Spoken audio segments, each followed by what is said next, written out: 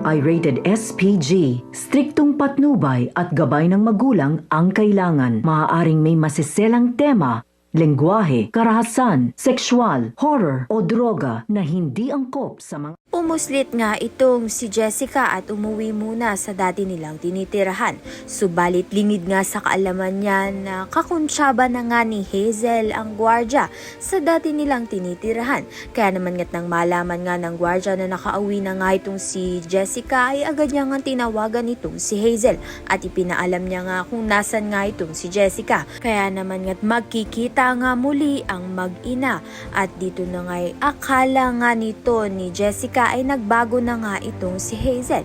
Subalit mas lumala pa nga ang kasamaan ng ugali nito dahil pinipilit nga ni Hazel itong si Jessica na kontakin nga itong si Manuel upang bumalik nga sa kanya. Sa kabilang banda naman nga nahuli na nga ni Felma na nakatira nga sa kanyang bahay itong si Manuel at si Colleen pa nga ang tumutulong kay Manuel.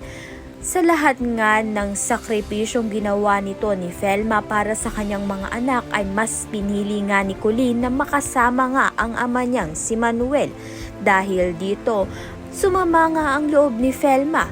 Kaya naman nga't yan at iba pa ang dapat nating pakaabangan. Maraming salamat sa iyong panonood.